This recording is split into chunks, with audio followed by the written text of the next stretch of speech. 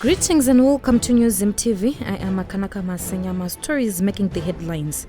President Emmerson Mnangagwa praises China for parliament building construction. In the courts, Telecel dragged to court over $800 million debt. In business, hyperinflation cited for decline in Lafarge cement sales. In sports, Caps Boso dominate 2019 Soccer Stars finalists. Now for the news in detail. President Emmerson Mnangagwa has praised the Chinese government for sparing its own resources to build the country a new parliament in Mount Habden area, some 32 kilometers northwest of Harare. Mnangagwa on Wednesday toured the $140 million facility, the largest individual Chinese-funded project in Africa. The Zimbabwean leader took a swipe at the United States of America for its continued tough stance against his administration. We have a very beautiful state-of-the-art modern university of military and strategic studies, the Defense University, again built by the People's Republic of China. I can go on and on, mention the mega projects completed and in progress, work in progress, done by our friends, and those that are in the pipeline to come.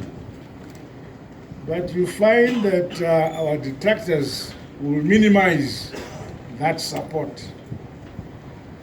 Fortunately, both we in government, in the party, and in the general leadership of this country, we fully know, appreciate, and are grateful for that relationship. Those countries who would speak against our relations with our good friends have done nothing except to impose sanctions on us.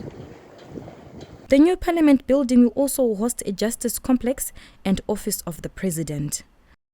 Senior doctors have dispelled media reports that they had joined their junior counterparts in their ongoing strike action over poor wages and working conditions. Through their representative, Senior Hospital Doctors Association, the public medical staff said their statement on Tuesday was just to reiterate the need for authorities to resolve the drawn-out impasse with junior doctors. In a statement on Wednesday, the senior doctors said contrary to government utterances, they were on strike. The medical staff insisted it has continued to offer emergency services at public sector hospitals. In the courts, an Egyptian telecoms company has dragged Telecel Zimbabwe Limited to the High Court for failing to settle a debt amounting $749,900. ARPU Telecommunication Services Limited rendered a variety of services to Telecel and has filed summons with the High Court seeking to be paid the debt which has accumulated over years. Court papers show that Telecel acknowledges owing the company but has failed to pay the amount. The case is still pending. In business, Lafarge Cement Zimbabwe Limited's financial performance has been negatively affected by the hyperinflationary environment, prompting a 19% decline in cement sales, Company Secretary Flora Chinaire has said. Chinaire made the remarks in Trading Update Wednesday, saying the high inflation rate has become the biggest threat to volume growth as it has eroded disposable income, resulting in a 19% decline in cement consumption per capita compared to last year. Lafarge bemoaned the business environment, which remained volatile, weighed down by cost inflation, foreign currency exchange rate, and the increased cost of borrowing.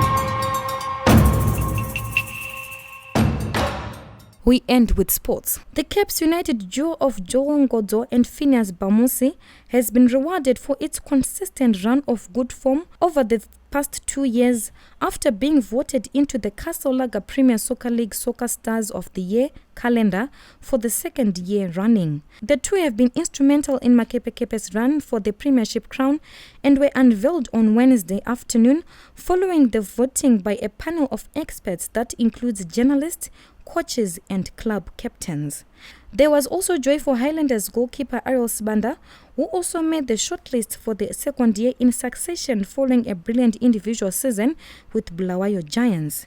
Reporting for newzimbabwe.com, I am Makanaka Masenyama. For this and more stories, visit our website www.newzimbabwe.com and subscribe to our YouTube channel, NewzimTV.